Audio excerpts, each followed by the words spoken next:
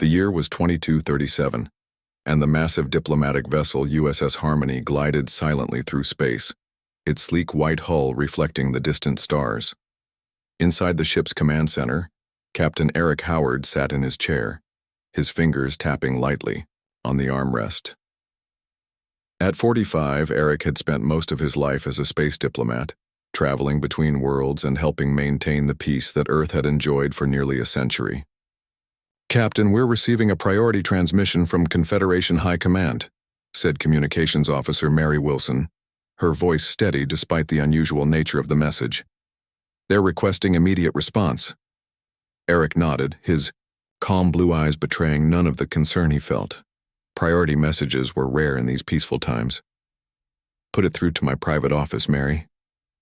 Walking briskly through the curved corridors of the Harmony, Eric nodded politely to crew members. He passed. The ship carried 300 people, diplomats, scientists, cultural exchange officers, but not a single soldier. Not officially, anyway. Once inside his office, Eric activated the secure channel. The holographic display flickered to life, revealing the worried face of General Zax, a tall, blue-skinned alien with 4 eyes who served as the Confederation's head of security. "Captain Howard," the alien began without greeting, "we face a crisis unlike any in the past century. A previously unknown species has emerged from the uncharted regions beyond the Orion Arm. They call themselves the Vraxians." Eric listened intently as General Zax explained how these Vraxians had already destroyed 3 border colonies and overwhelmed the Confederation's modest peacekeeping forces. They were aggressive, technologically advanced, and expanding rapidly. "But why contact Earth specifically?" Eric asked. "Our world gave up its military capabilities when we joined the Confederation 97 years ago." General Zax's upper eyes blinked rapidly, a sign of distress in his species. "That is precisely why I contact you now. The Vraxians have demanded Earth's unconditional surrender. They appear to have studied ancient galactic records from before your planet joined the Confederation. Records that detail humanity's surprising capabilities in warfare." A chill ran down Eric's spine. "They fear us specifically, even though we haven't engaged in military action for generations?" "Yes," Zax replied. "They believe that despite your current peaceful status, humans remain the greatest potential threat to their expansion. They have given your planet 7 Earth days to surrender or face complete destruction." After the transmission ended, Eric sat in silence for several long minutes. Then he touched a hidden panel beneath his desk, revealing a small device that hadn't been used in decades. He entered a complex code and waited. Within minutes, Ambassador Olivia Grant appeared on his screen. At 63, Olivia had represented Earth on the Confederation Council for over 15 years.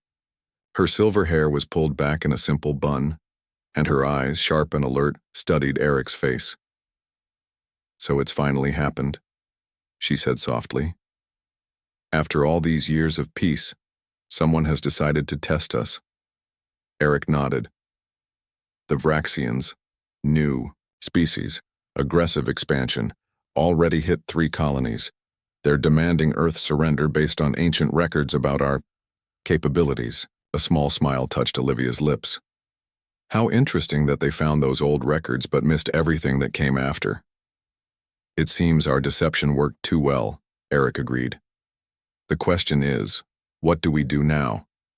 The Confederation believes we truly have forgotten how to fight, that we transformed our military installations into museums and concert halls, that we repurposed our warships into exploration vessels or dismantled them entirely." Olivia's expression grew serious. "We did exactly what was required when we joined the Confederation. We eliminated our standing armies, our weapons manufacturing, our military training programs, all as publicly as possible, while secretly preserving everything we knew," Eric added quietly. "Knowledge is not a weapon, Captain," Olivia reminded him, quoting the argument Earth's leaders had used when implementing their hidden plan a century ago. "It is merely potential." Eric rubbed his temples. "So do we reveal the truth to the Confederation? Tell them that humanity never actually forgot how to fight?" That our historical combat preservation societies are actually elite training groups? That our museum pieces are functional weapons? That ships like the Harmony have hidden capabilities? Olivia shook her head firmly. Not yet. First, I need you to arrange a meeting with the Vraxian representatives. Their ships are approaching the Arcturus station, correct? When Eric nodded, she continued, Good. Meet them there. Let them see the Harmony, a diplomatic vessel with no visible weapons. Let them see you, a captain who has never fought in a war. Let them believe in our weakness. And then? Eric asked. And then we will show them why the old records made them fear us, Olivia said simply. Activate protocol memory. All channels, all cells. Eric felt his heart beat faster.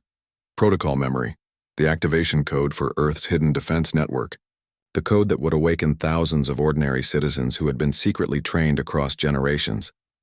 Are you sure? He asked. Once we do this, there's no going back. The Confederation will know we deceived them. If we don't do this, there may not be a Confederation left to judge us, Olivia replied firmly. The Vraxians have already shown they won't stop with border colonies. Implement the protocol, Captain. After ending the transmission, Eric called in his first officer, Lisa Baker. Lisa had served with him for 7 years, maintaining the appearance of a cultural liaison officer while actually being one of Earth's most skilled tactical minds. It's time, he told her quietly. Protocol memory. Lisa's professional demeanor didn't change, but her eyes lit up with understanding. After all these years of drills and preparation, I never thought we'd actually need to use it. Prepare the ship, Eric ordered. Subtly. Nothing obvious until we meet the Vraxians. I want them to see exactly what they expect.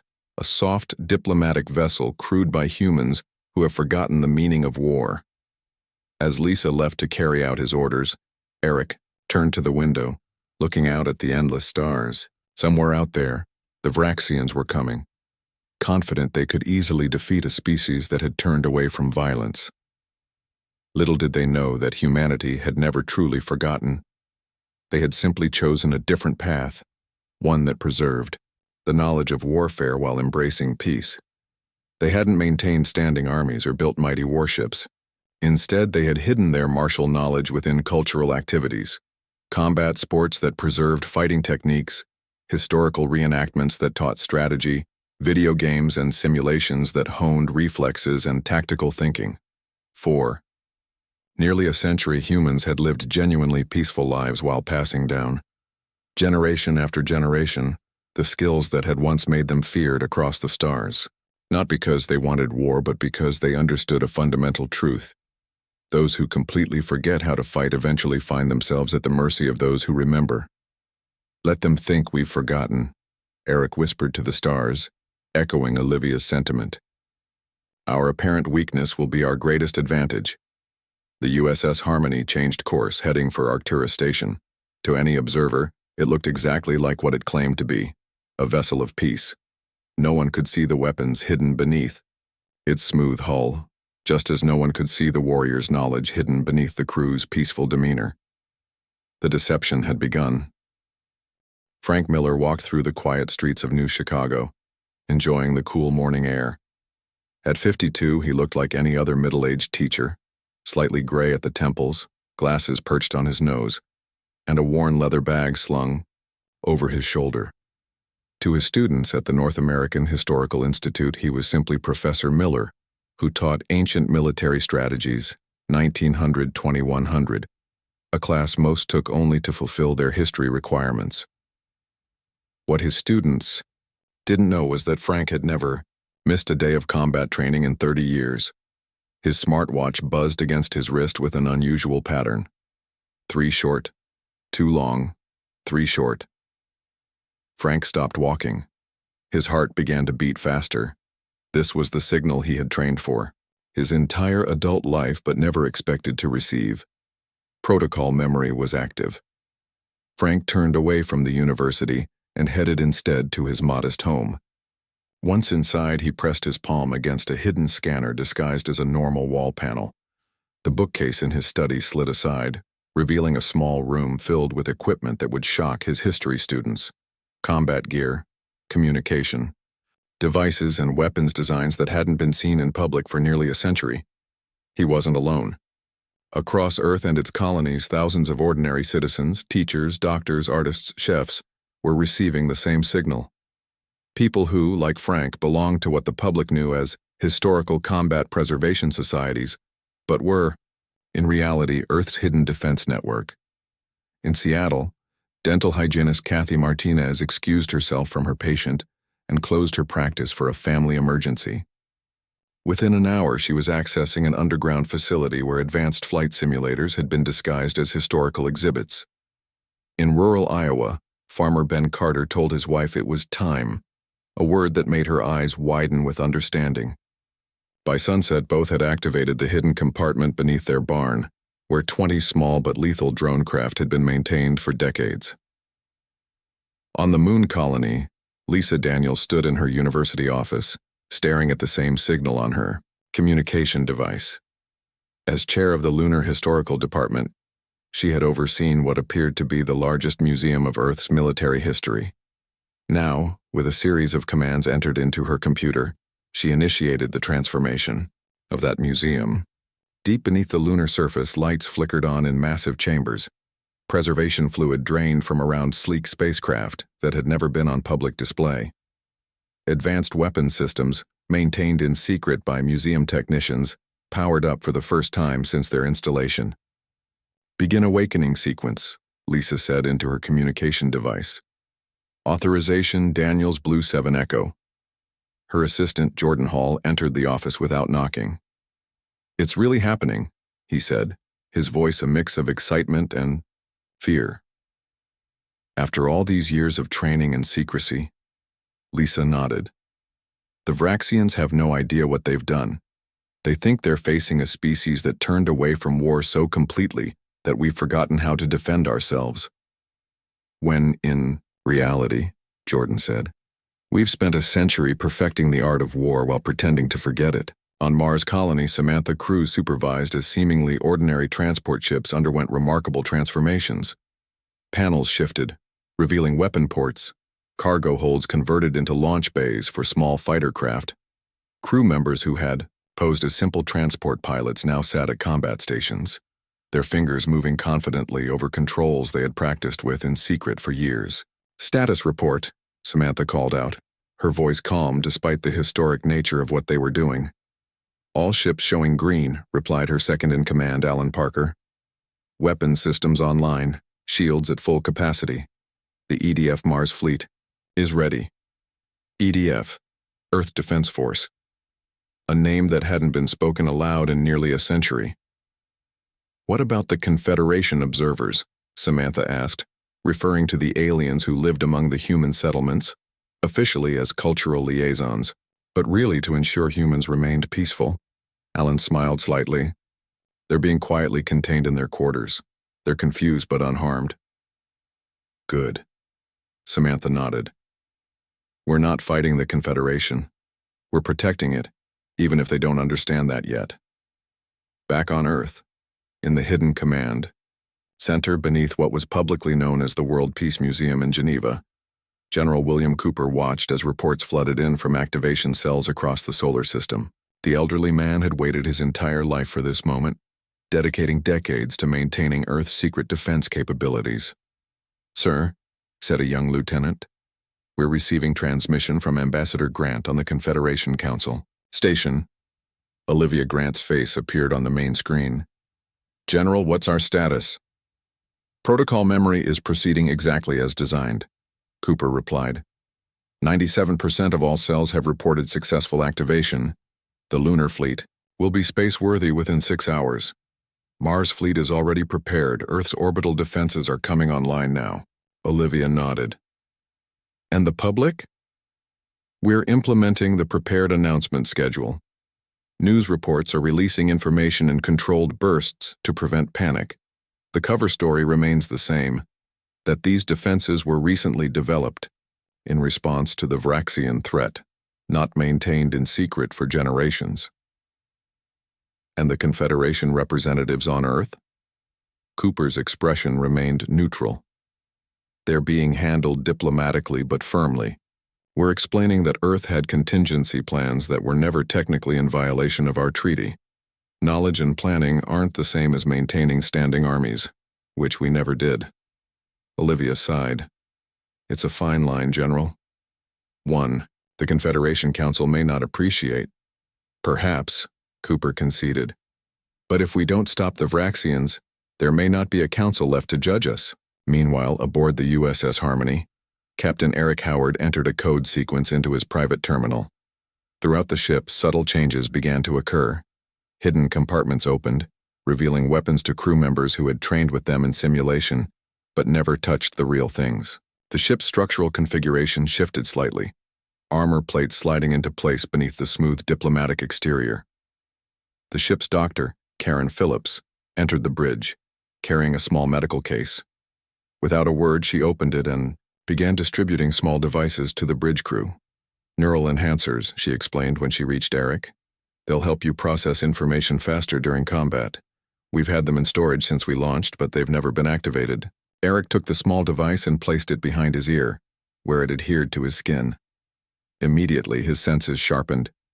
He could process the multiple information streams now feeding into the bridge with perfect clarity.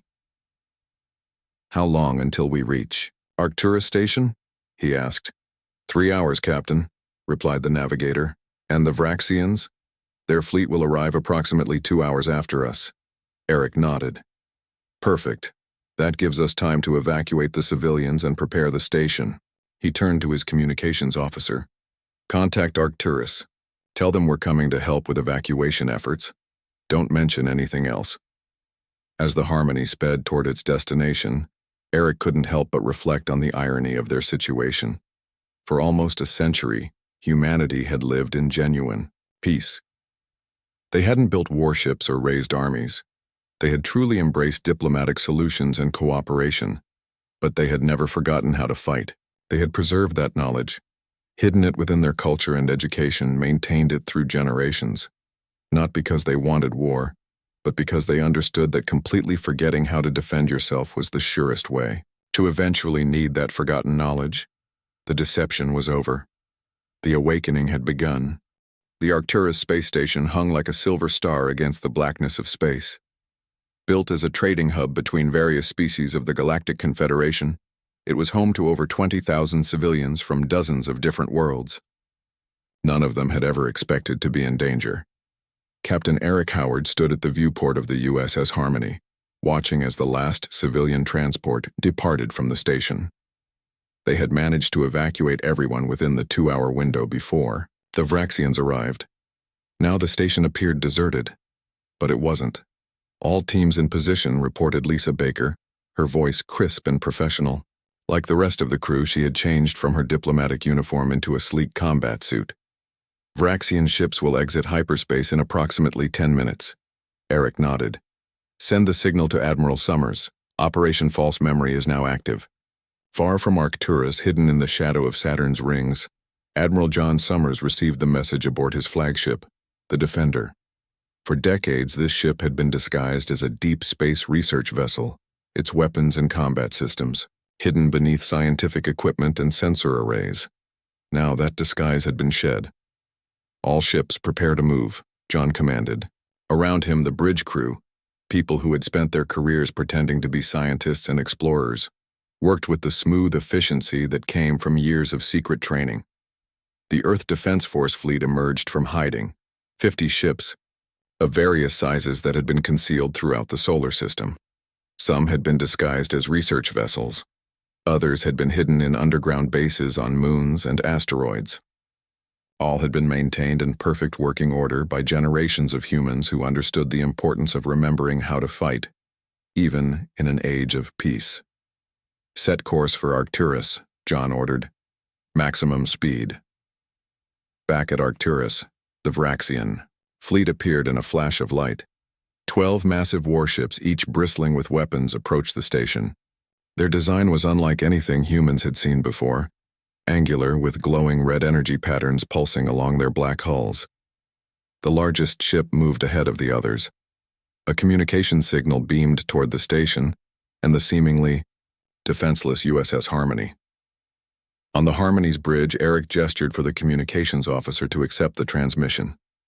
The main screen filled with the image of a Vraxian commander, a tall reptilian being with dark scales and 4 yellow eyes arranged vertically on its face.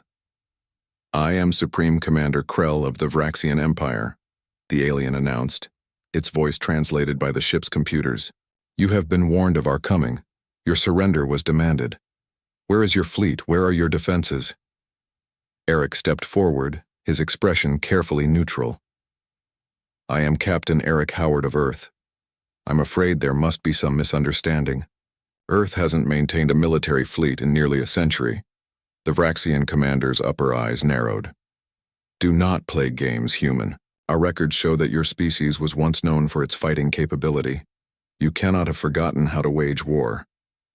"I'm not sure what records you're referring to," Eric replied calmly. "But as you can see, we have only this diplomatic vessel. We came merely to help evacuate civilians from the station. We seek peaceful resolution to this situation." On the Vraxian ship, Commander Krell turned to his second-in-command. "Scan that vessel. Is it truly defenseless?" The subordinate officer studied his screens. "It appears to be as they claim, Commander. No obvious weapons, minimal shielding. It is a diplomatic ship, nothing more." Krell made a sound like a hiss. "And the humans on their homeworld? Their colonies?" "Our scouts report no military activity. Their orbital platforms appear to be scientific and commercial in nature." Krell's mouth formed what passed for a smile among his species.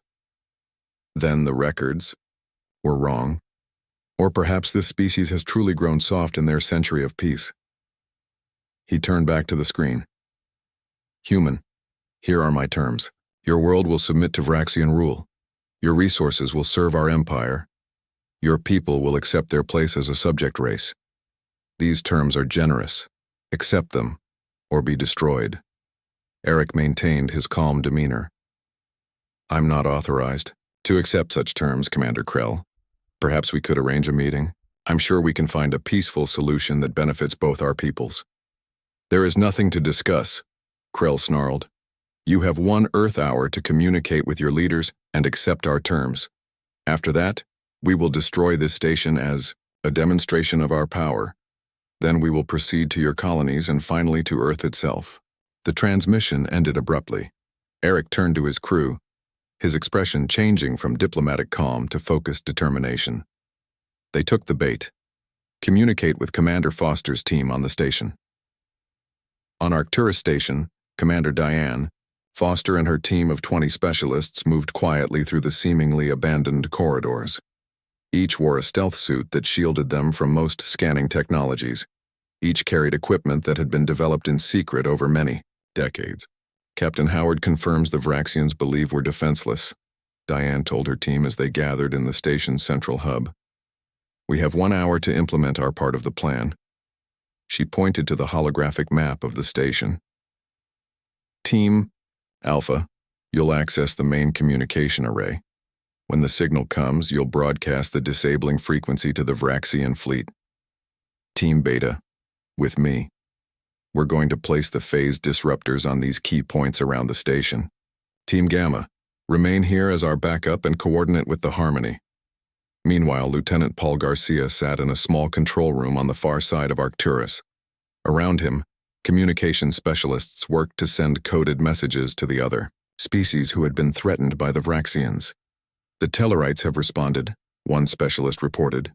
"They're sending ships." "The Andorians as well," added another. "They say they're mobilizing their defense forces." Paul nodded. "Good. What about the Rigelians?" "Still awaiting their response. They've been cautious since the Vraxians destroyed their outpost in the Deneb sector." "Keep trying," Paul instructed. "Remind them that this is our one chance to catch the Vraxians off guard." As the hour of ultimatum approached, tension built throughout the Arcturus system. Hidden in the shadow of a nearby moon, Admiral Summers' fleet waited for the signal to move. On the station, Commander Foster's team finished placing their devices. On the Harmony, Captain Howard prepared his ship for what would come next. "Vraxian, ships are moving closer to the station," Lisa Baker reported. "They're charging weapons, Eric nodded. They're getting impatient. Good. Signal Admiral Summers. Operation False Memory commences in 3 minutes. On the Vraxian command ship, Supreme. Commander Krell watched with satisfaction as his fleet moved into position around the station. The humans have not responded, he told his officers. They are either fools or cowards. Prepare to destroy the station. Commander, one of his officers called out suddenly. We're detecting unusual energy readings from the station. What kind of readings? Krell demanded. Before the officer could answer, every screen on the Vraxian bridge filled with static. Their communication systems emitted a high-pitched whine that made the reptilian aliens cover their hearing organs in pain. Commander Foster's team had activated their devices. At the same moment, the USS Harmony transformed before the Vraxians' eyes. Panels shifted, revealing weapon ports. The ship's energy signature changed as hidden systems came online. All weapons ready, Captain, Lisa reported. Eric nodded. Target their primary weapon systems only. We want to disable, not destroy. The Harmony fired, its precision beams striking the Vraxian ships exactly where they would do the most damage with the least loss of life. The supposedly diplomatic vessel moved with surprising speed and agility, evading return fire while continuing its precise assault. And then, from behind the moon, Admiral Summers' fleet appeared. The Earth Defense Force ships, hidden for so long, now revealed their true nature as they moved to surround the confused and partially disabled Vraxian fleet. Earth ships detected, a Vraxian officer cried out. Many Earth ships. Commander Krell stared in disbelief at his tactical display. Impossible. They have no military. They forgot how to fight. As his ship shuddered under another precise hit from the Harmony, Krell realized the truth. The humans had never forgotten. They had only been pretending the counterstrike had begun. The space around Arcturus Station blazed with weapons fire. The Vraxian fleet, caught completely by surprise, struggled to respond to the sudden appearance of Earth's hidden military force. Their formation, designed for attack against a defenseless target, now left them vulnerable. Aboard the Vraxian command ship, Supreme Commander Krell bellowed orders as systems failed around him. Return fire. Full power to forward shields. Call for reinforcements. But the damage was already done. The precisely targeted attacks from the Earth vessels had disabled most of their primary weapons and communication systems in the first volley. The Vraxian ships that still had functional weapons fired wildly, their shots easily avoided by the smaller, more agile human vessels. How is this possible? Krell demanded of no one in particular. Our intelligence said they had no military. Anu, the USS Harmony, Captain Eric Howard watched the tactical display with calm satisfaction. The plan was working perfectly. The Earth ships were not aiming to destroy the Vraxian vessels, but to disable them, a distinction that would become important later. Admiral Summers reports all primary Vraxian weapon systems have been targeted, Lisa Baker reported. 80% are now non-functional, Eric nodded. And Commander Foster's team? They've successfully planted all disruptors and are returning to the rendezvous point for extraction. Excellent. Eric turned to the communications officer. Open a channel to the Vraxian command ship. Supreme Commander Krell's angry face appeared on the screen. You deceived us, human. You claim to have forgotten how to fight. No, Eric replied calmly. I never actually said that. I said Earth hasn't maintained a military fleet in nearly a century, which is technically true. We don't have a standing army or navy. What we have are citizens trained in defense who can be called upon when needed. Your deception changes nothing, Krell snarled. This is merely the first wave. The Vraxian Empire is vast. More ships will come, and your world will burn. I don't think so, Eric said. Look at your tactical display. Krell turned to his damaged screens. His 4 eyes widened as he saw new ships appearing, vessels of various designs from multiple Confederation species. The Tellarites, the Andorians, the Rigelians, all races that had been threatened or attacked by the Vraxians, had sent their forces to join the humans. You united them against us, Krell realized. You did that yourself, Eric corrected him. By attacking peaceful colonies and threatening innocent worlds, we just reminded them that together we can stand against aggression. Admiral John Summers' voice came through on a separate channel. Captain Howard, we've detected a power surge in the Vraxian command ship. They appear to be activating some kind of self-destruct sequence. Eric's expression hardened. Commander Krell, power down your self-destruct immediately. There's no need for further loss of life. Death before dishonor, Krell replied. The Vraxian way. That's not honor, Eric said firmly. That's waste. Think of your crew. They deserve the chance to live, to learn, to change. For a moment, Krell hesitated. Then another voice cut in. Commander Foster, who had infiltrated the Vraxian ship during the battle. Captain Howard, we're in their engine room. We've disabled the self-destruct sequence and have control of their primary systems. Several Vraxian crew members are helping us. They didn't want to die for Krell's pride. Krell roared in anger, but there was nothing he could do. His ship was powerless, his fleet disabled, and now even his own crew was turning against him. 3 days later, the Confederation Council convened an emergency session at their headquarters. The massive chamber was filled to capacity as representatives from all member species gathered to discuss what had happened and to confront Earth about its century-long deception.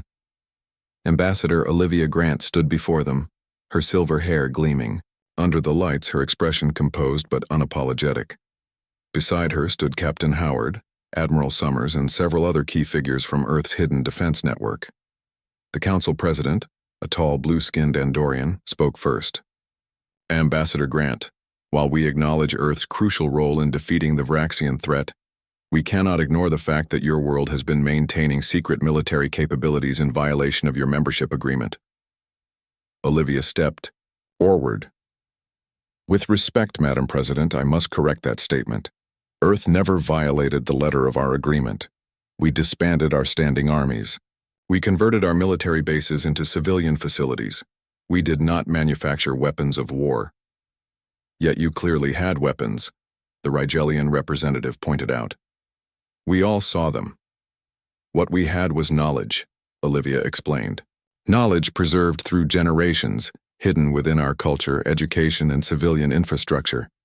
We maintained the ability to defend ourselves if needed, but we genuinely embraced peace. Admiral Summers stepped forward. The people who crewed our ships were teachers, farmers, artists, ordinary citizens who lived peaceful lives but carried the knowledge of how to fight if ever called upon. The ships themselves were designed for multiple purposes, their defensive capabilities hidden but never used until now.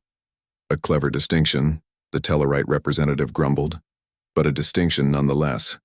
Captain Howard spoke next. Consider the alternative. If Earth had truly forgotten how to defend itself, if we had completely erased all knowledge of warfare from our society, what would have happened when the Vraxians attacked? Not just to us, but to all of you? The chamber fell silent as the council members considered this question. Ambassador Grant continued.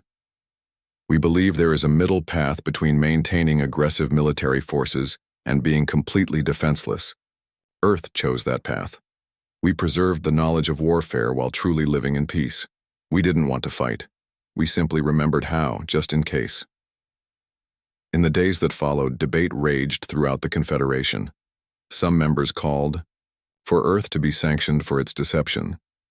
Others argued that Earth's approach had saved countless lives and should be studied, perhaps even emulated. In the end, a compromise was reached. Earth would not be punished, but would need to be more transparent about its defense capabilities going forward. Additionally, a new Confederation defense protocol would be established, with Earth taking a leading role in teaching other peaceful species how to maintain defensive knowledge without sacrificing their commitment to peace. 1 month after the battle, Captain Eric Howard stood in the observation deck of the USS Harmony, watching as the ship docked at Earth's orbital station. The diplomatic vessel had been repaired, its weapons once again hidden beneath its smooth hull. Supreme Commander Krell, now a prisoner of the Confederation, stood beside him under guard. The Vraxian leader had requested this meeting before being taken to the detention facility where he would await trial. There is something I do not understand, human, Krell said. Your people truly lived in peace for a century. You did not conquer. You did not expand. You did not maintain standing armies. Yet when the time came, you fought as effectively as any warrior race. Because we never forgot the cost of war, Eric explained. We preserved the knowledge precisely so we wouldn't have to use it unless absolutely necessary. My people believe that constant warfare keeps a species strong, Krell said. That peace leads to weakness and vulnerability. Eric shook his head. True strength isn't measured by how many battles you fight, but by how well you can avoid them, while remaining capable of defending what matters. He gestured toward Earth, visible through the viewport as a beautiful blue sphere. We turned our weapons into tools, our battleships into exploration vessels, our military training into cultural practices and sports. We preserved the knowledge not because we wanted to use it, but because we understood that forgetting it entirely would leave future generations vulnerable. Krell considered this. Perhaps there is wisdom in your approach. My people have known only conquest for generations. We have forgotten any other way to exist. That can change, Eric said. Just as we proved we could remember how to fight when necessary, perhaps your people can learn to remember how to live in peace. As Krell was led away, Ambassador Grant joined Eric at the viewport. The new Confederation Defense Protocol has been approved, she told him. Earth will lead the training programs, teaching other species how to maintain defensive capabilities without militarization. Eric smiled. So our century-long experiment becomes the model for the future. Exactly, Olivia agreed. We've shown the galaxy that humanity's greatest strength was never our ability to fight, but our ability to choose when not to, while remembering how, just in case. Together, they watched as Earth turned slowly below them, peaceful once more, but never again to be underestimated.